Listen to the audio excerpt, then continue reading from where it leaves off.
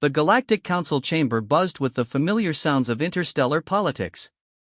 Representatives from dozens of species gathered around the massive crystalline table that floated in the center of the room.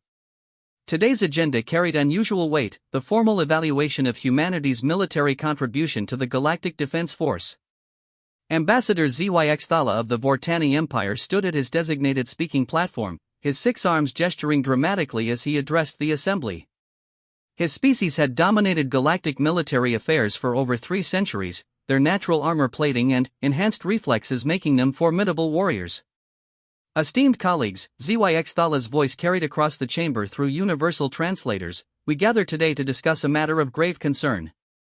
The humans, despite their recent admission to our alliance, continue to request military roles far beyond their capabilities. Murmurs of agreement rippled through the assembled delegates. The Kethmori representative, General Haxion, rose from his position.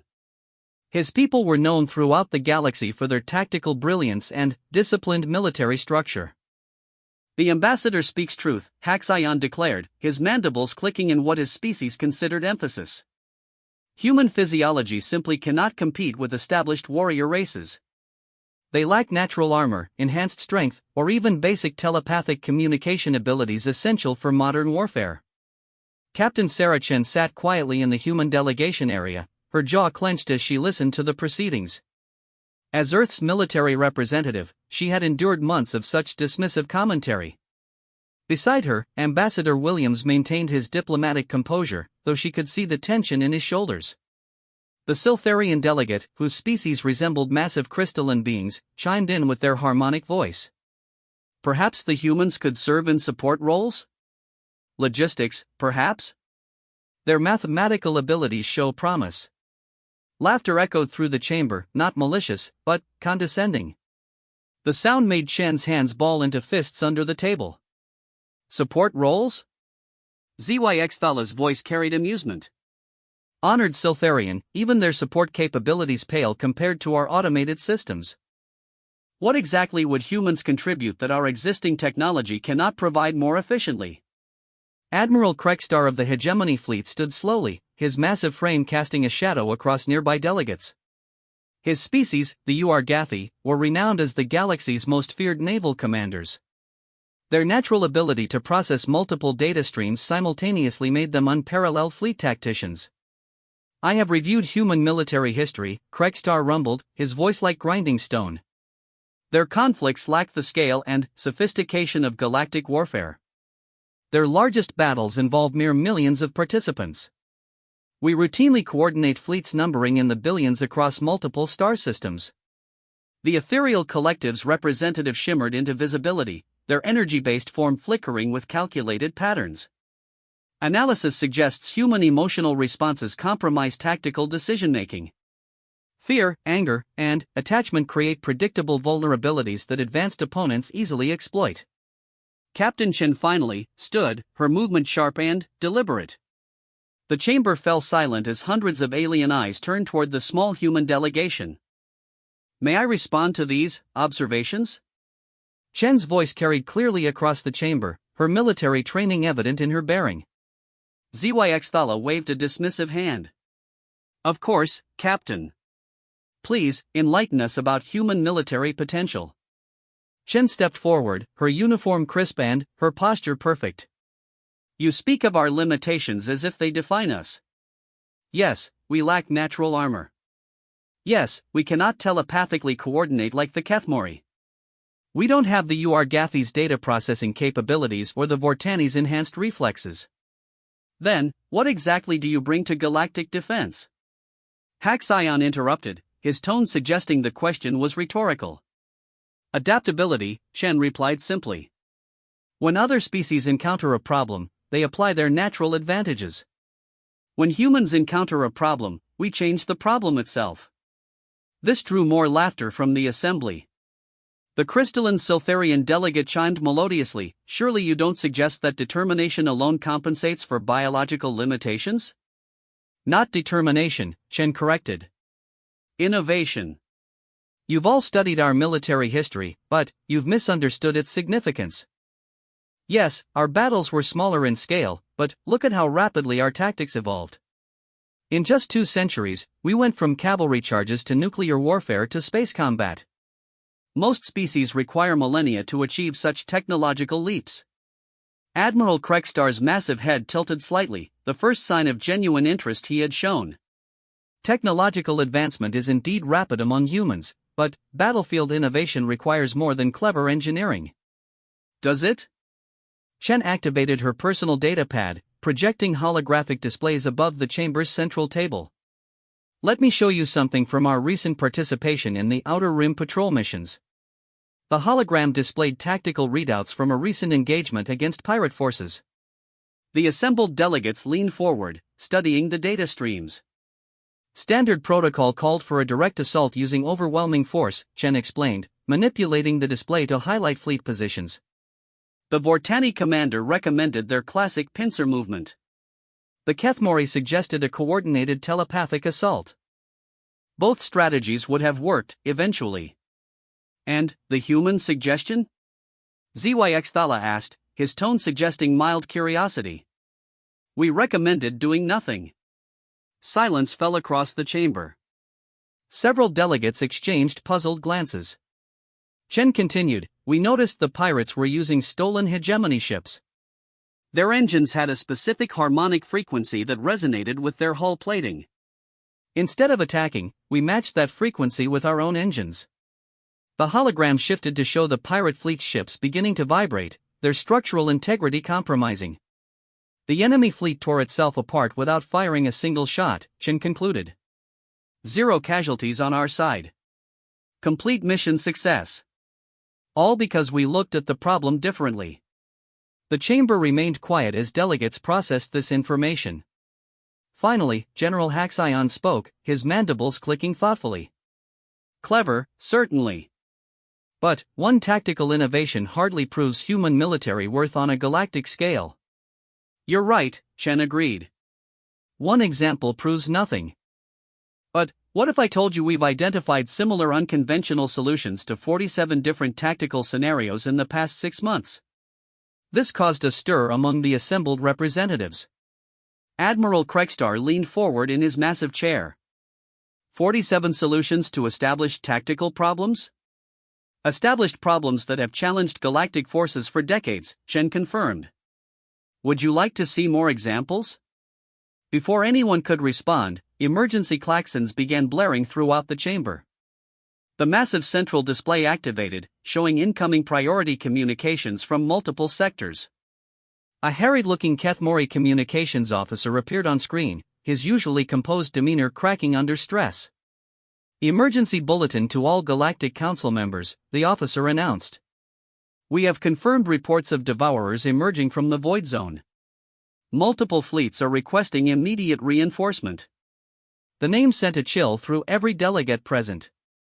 The Devourers, an ancient threat that appeared periodically from the galaxy's unexplored regions, consuming everything in their path before vanishing again. No one knew where they came from or what drove them, only that their technology was beyond current galactic understanding. ZYX Thala rose quickly, his earlier condescension replaced by military focus. How many ships? What's their vector? Preliminary reports indicate at least 300 vessels of unknown configuration, the communications officer replied. They've already engaged the Outer Rim defense grid. Admiral Fexrin's fleet reported complete loss of contact 17 minutes ago. The chamber erupted in concerned voices as delegates began coordinating emergency responses. Admiral Krekstar was already accessing tactical displays, his multiple arms working several control interfaces simultaneously. The Hegemony 5th Fleet can reach the engagement zone in 48 hours, he announced. Vortani Rapid Response Forces can deploy in 36 hours, ZYX Thala added, his military training overriding diplomatic protocols. General Haxion's mandibles clicked rapidly as he processed information streams. Kethmori Strategic Command is coordinating long-range telepathic reconnaissance. We should have detailed enemy dispositions within 12 hours. Captain Chen watched the controlled chaos with interest. Despite their advanced capabilities, the assembled species were responding with conventional military thinking: deploy overwhelming force, gather intelligence, and engage in direct combat. Captain Chen, Ambassador Williams whispered urgently, "This isn't the time for human innovations. The Devourers are beyond anything we've encountered." Chen studied the tactical displays showing Devourer fleet movements. Their ships moved in patterns unlike anything in galactic military doctrine, not random, but following principles that defied conventional understanding. "Ambassador," she said quietly, "what if conventional thinking is exactly the problem?" The emergency briefing continued for another hour as military leaders coordinated massive fleet deployments. Hundreds of ships, millions of personnel, the full might of galactic civilization mobilizing against an ancient threat. As delegates filed out of the chamber to oversee military preparations, ZYX Thala approached the human delegation. "Captain Chen," he said, his tone notably different from earlier, "in light of current circumstances, the Vortani Empire would welcome any insights human tactical analysis might provide." Chen nodded politely. "Of course, Ambassador. Though I suspect our suggestions might seem unconventional. Unconventional times may require unconventional solutions," ZYX Thala admitted, though his tone suggested he was merely being diplomatic. As the chamber emptied, Chen remained seated, studying the Devourer movement patterns on her personal display. Something about their approach bothered her, not their obvious threat level, but something more fundamental about their behavior. "Sarah," Ambassador Williams said gently, "we should return to the human sector and coordinate with Earth Command." In a moment, Chen replied, her attention focused on the tactical readouts. "I want to understand something first." She pulled up historical records of previous Devourer incursions, overlaying them with current movement patterns.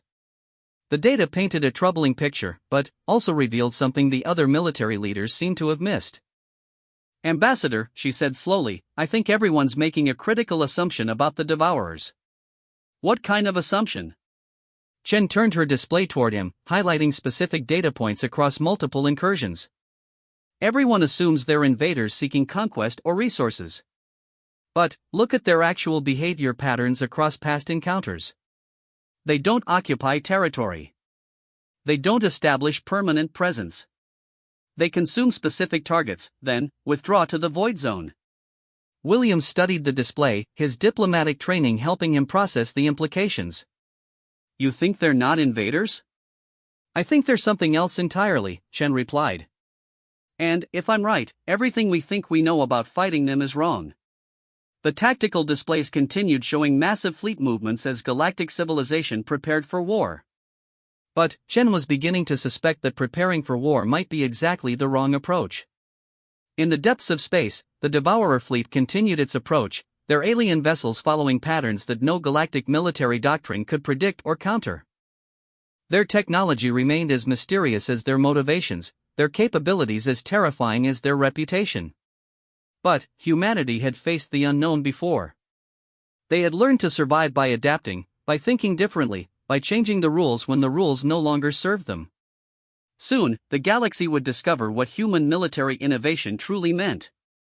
And the creatures that had inspired fear across civilizations for millennia were about to encounter something they had never faced before, an enemy that refused to fight by anyone's rules but their own. The war was coming, and it would change everything. But perhaps not in the way anyone expected. The war room aboard the hegemony flagship Eternal Dominance hummed with activity as the greatest military minds in the galaxy coordinated their response to the Devourer threat. Massive holographic displays showed fleet positions across 3 star systems, with Admiral Kregstar directing the largest military mobilization in galactic history. "Status report," the Admiral rumbled, his multiple arms manipulating tactical interfaces with practiced efficiency. Commander Zethkol, his second-in-command, provided the update with crisp military precision. 1,400 vessels assembled across the engagement zone. Vortani shock troops have established forward positions on asteroid bases. Kethmori telepathic networks are providing real-time coordination across all units. And the Devourers?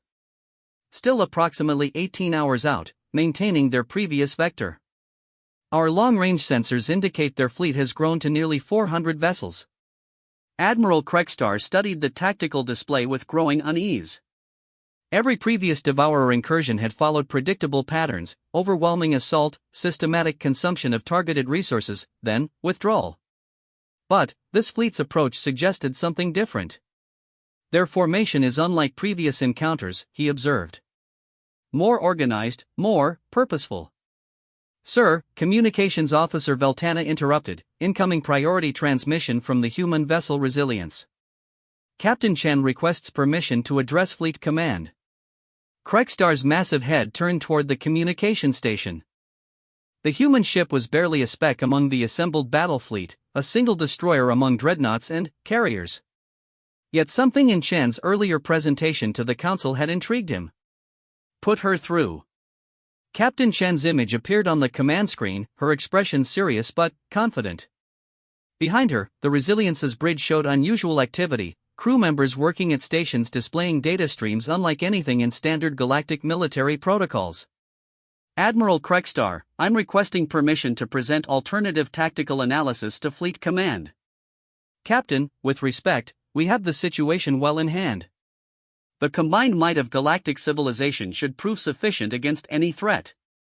With respect, sir, I believe everyone is preparing to fight the wrong enemy. This statement caused activity across the war room to pause momentarily. Admiral Krekstar leaned forward in his command chair. Explain. Chen activated her data displays, projecting information onto the fleet's tactical network. We've spent the last 18 hours analyzing every recorded Devourer encounter over the past 5 centuries. The pattern everyone assumes is random destruction isn't random at all. The holographic display shifted to show historical Devourer incursion routes overlaid across galactic maps. Instead of the chaotic assault patterns most military analysts expected, the data revealed something far more systematic. They're not invading, Chen continued. They're harvesting.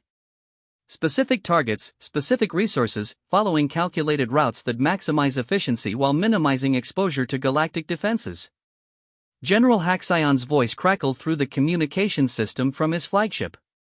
Captain Chen, even if your analysis is correct, the tactical implications remain unchanged. We must stop them. But what if we don't have to stop them?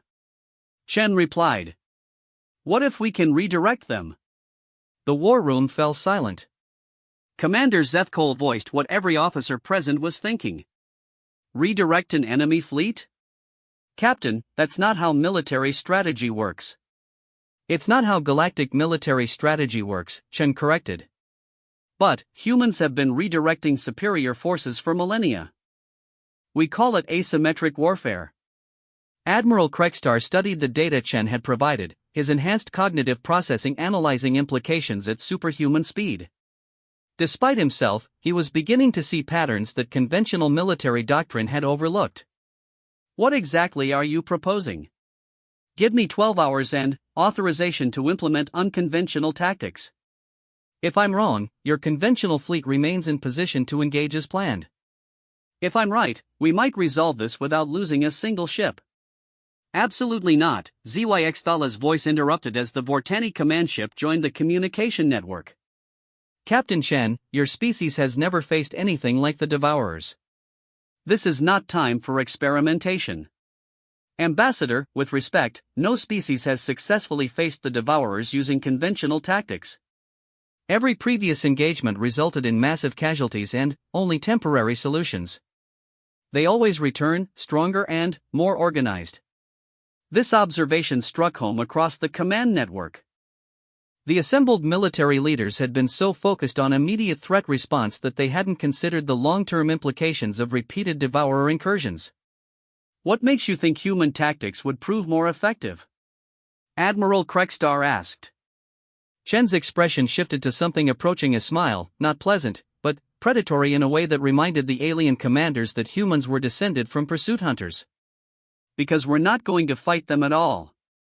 We're going to show them something they've never encountered before, prey that fights back by changing the rules of engagement. She activated another display, showing detailed schematics of Devourer ship configurations analyzed from sensor data. Their vessels are designed for consumption and processing, not combat. They've never needed to develop defensive capabilities because no one has ever targeted their actual vulnerability. Which is their dependency on harvested resources for fleet operations. Every Devourer ship requires constant material input to maintain functionality. Cut off that supply, and their entire fleet becomes inoperable. Commander Zethkol studied the human analysis with growing interest. You're suggesting a supply interdiction strategy? I'm suggesting we make them choose between harvesting and survival. The tactical display shifted again, showing Chen's proposed deployment. Instead of massing for direct confrontation, human ships would position themselves along Devourer supply routes, ready to implement what she called resource denial protocols. This is madness, ZYX Thala declared. You're asking us to stake galactic security on untested human theories. I'm asking you to stake galactic security on human innovation instead of repeating failed conventional strategies, Chen replied calmly. Admiral Krekstar remained silent for long moments, processing calculations that his species performed faster than most organic minds could follow. Finally, he spoke. Captain Chen, explain your resource denial protocols. Simple, sir.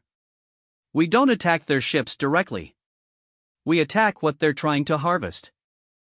Every asteroid they target, every derelict vessel they attempt to process, every resource depot they approach, we contaminate it with compounds that make consumption impossible. Contaminate how? Chen's smile widened, and, for the first time, the assembled alien commanders glimpsed something that would later become legendary across galactic military circles. Admiral, how familiar are you with human chemical warfare doctrine? The implications of this question sent a chill through every command center on the fleet network. Chemical warfare was considered barbaric by most galactic species, who preferred clean energy weapons and precise kinetic strikes. You're proposing to poison their targets? General Haxion asked, his mandibles clicking in what might have been disgust or admiration. I'm proposing to make their targets indigestible. Humans have extensive experience with area denial weapons, persistent chemical agents, and environmental modification techniques. We've spent centuries learning how to make terrain unusable for enemy forces. Admiral Krekstar realized he was witnessing something unprecedented, a species approaching warfare from a completely alien perspective. Where galactic military doctrine focused on destroying enemy forces, humans apparently focused on destroying enemy capabilities. The tactical beauty, Chen continued, is that they can't adapt to this strategy without fundamentally changing their entire operational methodology. And if they change how they operate, they're no longer devourers, they become just another conventional threat that existing galactic forces can handle. But what if they simply attack our forces directly in response? Commander Zethkol asked. Then, we fall back to conventional engagement with the full galactic fleet. But I don't think they will. Our analysis suggests devourers avoid direct combat whenever possible because it compromises their primary mission efficiency. Chen activated a final display showing projected devourer responses to her proposed tactics. They'll most likely attempt to find alternative targets, which gives us time to expand the contamination zone. Eventually, they'll be forced to withdraw or adapt their methodology. Either outcome serves galactic security interests. The command network fell silent as military leaders processed this unprecedented approach. Admiral Krekstar found himself facing a decision that would define his career and, possibly determine galactic history. Captain Chen, he said finally, you're requesting authorization to implement tactics that violate every principle of galactic military honor. Yes, sir. Tactics that could potentially backfire catastrophically. Yes, sir. Tactics based on theories that no other species has ever tested. Yes, sir. Admiral Krekstar studied the tactical displays one final time, weighing conventional military wisdom against the unprecedented threat they faced. Authorization granted. You have 12 hours to demonstrate human resource denial protocols. Fleet Command will maintain conventional deployment as backup. Thank you, Admiral. You won't regret this decision. As communication links closed, Admiral Krekstar turned to his staff officers, noting their expressions of shock and uncertainty. Sir, Commander Zethkol ventured carefully, are we really allowing humans to contaminate entire star systems? We're allowing humans to think like humans instead of trying to think like us, the Admiral replied. Perhaps it's time we discovered what that truly means. Across the fleet, word spread quickly through command channels. The humans were being given operational freedom to implement their mysterious tactics. Most officers viewed this as either desperate foolishness or dangerous precedent. But, aboard the Resilience, Captain Chen was already coordinating with Earth Command to deploy weapons and strategies that had been theoretical for decades. As her crew prepared systems that no other species had ever developed, she reflected on the irony of the situation. For months, galactic military leaders had dismissed human warriors as inferior. Now they were about to discover what happened when inferior warriors refused to fight by superior rules. The Devourers continued their approach, confident in their millennia of successful incursions. They had faced every known galactic species and overcome all resistance through overwhelming technological advantage. But they had never faced humans. And humans had spent their entire evolutionary history learning to survive by being unpredictable, adaptable, and utterly ruthless when cornered. In 18 hours, the galaxy would witness the emergence of something new in galactic warfare. Something that would redefine what it meant to be dangerous in a universe full of powerful predators. The war beasts were coming, and they wore human faces. The first Devourer scout ships entered the Kepler sector exactly on schedule, their massive forms sliding through space with the confidence of apex predators. These vessels had consumed the resources of countless worlds, their biomechanical hulls shaped by millennia of successful hunting. Captain Chen watched the sensor displays from her position aboard the Resilience, now leading a small flotilla of human vessels positioned throughout the sector. Around her, the bridge crew worked with quiet efficiency, implementing protocols that existed nowhere in galactic military manuals. "Contact bearing 27 Mark 15, reported Lieutenant Torres from the sensor station. Devourer vessel, configuration matches previous reconnaissance data. Size? Approximately 800 meters, mass readings suggest heavy consumption processing capability." Chen nodded, studying the approaching ship through enhanced long-range sensors. The alien vessel moved with purpose toward its target, a derelict space station that contained valuable rare metals. "Status on Package Alpha?" "Deployed 36 hours ago," replied Commander Nakamura, Chen's executive officer. "Dispersal complete across all primary targets in Sectors 7 through 12. "And Package Beta?" "Standing by for deployment on your signal." Admiral Krekstar's voice crackled through the communication system from his position with the main fleet, staying carefully outside the engagement zone as agreed. "Captain Chen, we're tracking the lead Devourer vessel. Are you prepared to initiate your resource denial protocol?" "Affirmative, Admiral." "Beginning implementation now." Chen turned to her weapons officer. "Lieutenant Hayes, activate the beacon." On screens across the human flotilla, crew members watched as what appeared to be a standard navigation beacon began broadcasting from the derelict station. To any casual observer, it was simply marking the station's location for salvage operations. The Devourer ship approached the station without hesitation, its massive feeding appendages extending toward the metal-rich structure. These appendages, evolved over geological timescales for maximum consumption efficiency, began the process of breaking down and absorbing the station's materials. For several minutes, nothing seemed unusual. The alien vessel consumed approximately 15% of the station's mass before its feeding rhythm began to change. "Something's wrong with their consumption pattern," observed Lieutenant Torres, monitoring the alien ship's biosignatures. "Their processing rate is dropping significantly." Chen watched with professional satisfaction as the Devourer vessel's feeding appendages began retracting. The ship itself started showing signs of distress, energy patterns flickering, hull plating shifting color, propulsion systems stuttering. "What exactly did you do to that station?" Admiral Krekstar asked, his voice carrying both curiosity and concern. "We gave them exactly what they wanted," Chen replied. "High-grade metals, rare elements, complex organic compounds, everything their sensors indicated they were seeking." "Then, why are they showing distress responses?" "Because we added some ingredients they weren't expecting. Persistent toxins that trigger massive rejection responses in their biological systems. Self-replicating compounds that contaminate their processing organs. Molecular viruses that corrupt their resource conversion protocols." The Devourer ship was now in obvious distress, its massive form convulsing as internal systems tried to purge the contaminated materials. But the toxins Chen's team had developed were specifically designed to resist purging. They integrated with consumed materials at the molecular level, making removal impossible without destroying the ship's digestive capabilities entirely. The beauty of biological warfare, Chen continued, is that it turns the enemy's strengths into weaknesses. The more efficiently they consume, the more thoroughly they poison themselves. Admiral Kregstar watched in fascination as the mighty Devourer vessel, which had inspired fear across galactic civilization, writhed in space like a poison animal. "Captain, are you certain this contamination won't spread to galactic vessels?" "Absolutely certain. The compounds are specifically designed to target Devourer biology. They're completely inert when they encounter any other known organic or mechanical systems. How could you possibly know enough about Devourer biology to design specific toxins?" Chen's smile would have been unsettling even to humans.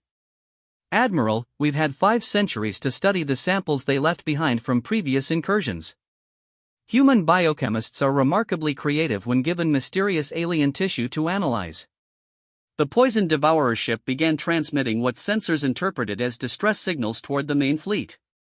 Within minutes, 3 more vessels broke formation to investigate their scout's condition. "Are you prepared for multiple contacts?" Admiral Kregstar asked.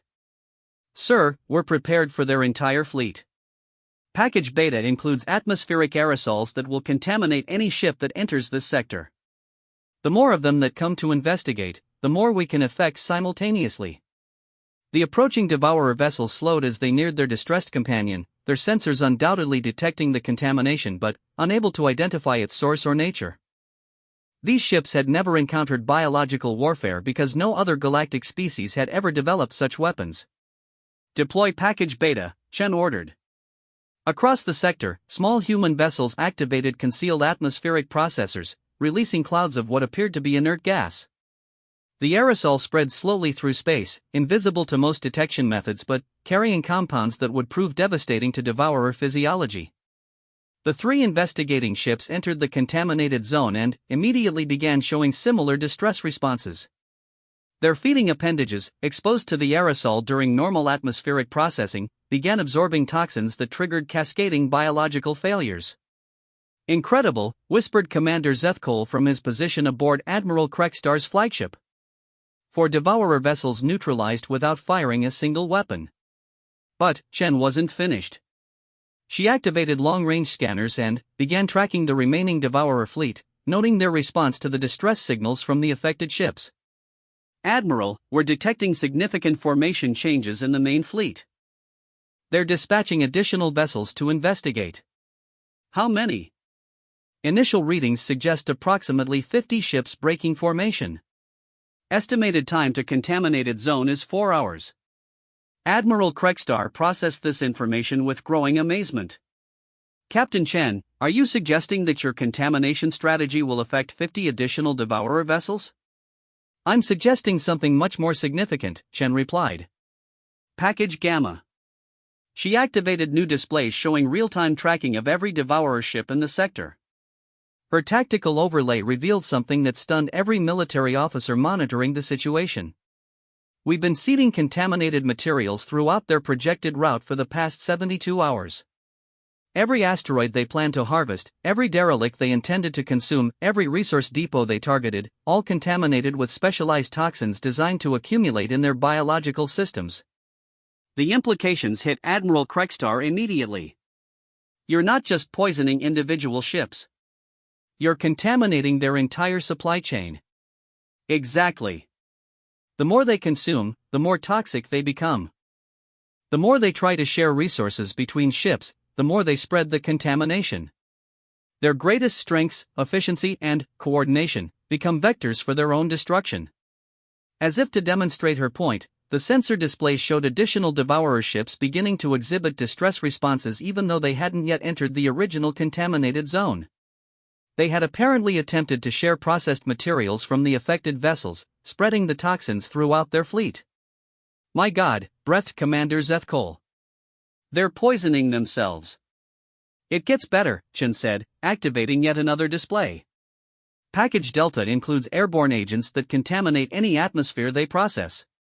Since Devourer ships share atmospheric systems across their fleet networks, the contamination will eventually reach every vessel in their armada. Admiral Krekstar stared at the tactical displays with something approaching awe. In less than 6 hours, human biochemical warfare had accomplished what conventional galactic military force had failed to achieve in 5 centuries of periodic conflicts. Captain Chen, he said slowly, you're not just neutralizing their fleet. You're making it impossible for them to operate in this galaxy ever again. Not exactly, sir. We're forcing them to choose between adaptation and extinction. If they want to survive, they'll need to completely restructure their consumption methodology. That means abandoning the efficiency patterns that made them successful predators. The long-range sensors were now showing chaos throughout the Devourer fleet. Ships that had operated in perfect coordination for millennia were breaking formation, trying desperately to purge contaminated materials from their systems. Some vessels appeared to be jettisoning their entire resource reserves, while others had simply gone dormant. What happens now? General Haxion asked from his command ship, his mandibles clicking in what might have been amazement or horror. Now we wait, Chen replied. Either they withdraw to develop countermeasures, which will take them decades and force fundamental changes to their biology, or they attempt to continue their incursion and face complete fleet contamination. And if they attack our vessels directly in desperation? Chen's expression shifted to something that would later be described in galactic military reports as terrifyingly predatory. Sir, that would be a mistake. Package Echo includes proximity-activated biological weapons that trigger when Devourer ships approach within combat range. We've essentially turned their entire fleet into a biological hazard that can't safely engage anyone. Admiral Krekstar realized he was witnessing the emergence of something unprecedented in galactic warfare, a species that fought by making combat itself impossible for their enemies. Captain, this is beyond anything in galactic military doctrine. Your species has weaponized biology itself. Admiral, my species spent millions of years learning to survive by making larger, stronger predators choose easier prey. We've simply applied those lessons to galactic warfare. The Devourer fleet, now mostly affected by various stages of contamination, began a slow withdrawal toward the void zone. The few remaining uncontaminated ships appeared to be evacuating personnel from affected vessels, though the process was clearly compromised by the need to avoid cross-contamination. Fleet withdrawal confirmed, reported Lieutenant Torres. All Devourer vessels are moving away from galactic space. Time frame for complete sector evacuation? At current velocity, approximately 18 hours. Admiral Krekstar opened communication channels to address the entire galactic fleet that had assembled for conventional battle. All ships, this is Admiral Krekstar. The Devourer threat has been neutralized through implementation of human tactical doctrine. Fleet stands down from alert status. The response from fleet commanders throughout the sector was a mixture of amazement, relief, and profound unease. Captain Chen's biological warfare had accomplished in hours what conventional military force had failed to achieve across centuries. Captain Chen, Admiral Krekstar said privately, your species has demonstrated capabilities that redefine galactic military thinking. The Council will need to reconsider humanity's role in galactic defense. We'd appreciate that, sir. Though I should mention that biological warfare represents only one aspect of human military innovation. There are other aspects? Chen's smile was genuinely terrifying now. Admiral, would you like to hear about our psychological warfare protocols? Or perhaps our expertise in economic disruption strategies? We have quite a few approaches to conflict resolution that haven't been tested on a galactic scale yet.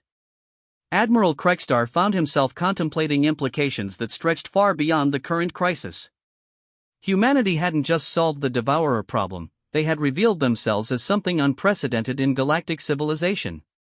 A species that didn't fight wars to win them, but to make sure their enemies could never fight them again. As news of the human victory spread throughout galactic space, military academies began requesting access to human tactical databases. Species that had dismissed human warriors as inferior suddenly wanted to understand how such primitive beings had neutralized threats that conventional galactic forces couldn't handle. The answer was simple, though few truly understood it: humans didn't fight like warriors.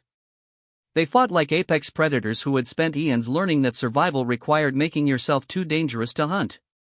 And, in a galaxy full of powerful species who fought with honor, strength, and technological superiority, no one had prepared for enemies who fought with imagination, adaptability, and the ruthless creativity that came from millions of years of being prey. The war beasts had finally shown themselves, and they were nothing like what anyone had expected. They were something far more dangerous, survivors who had learned that the best way to win a fight was to ensure your enemy never wanted to fight you again. The galaxy would never look at human warriors the same way again.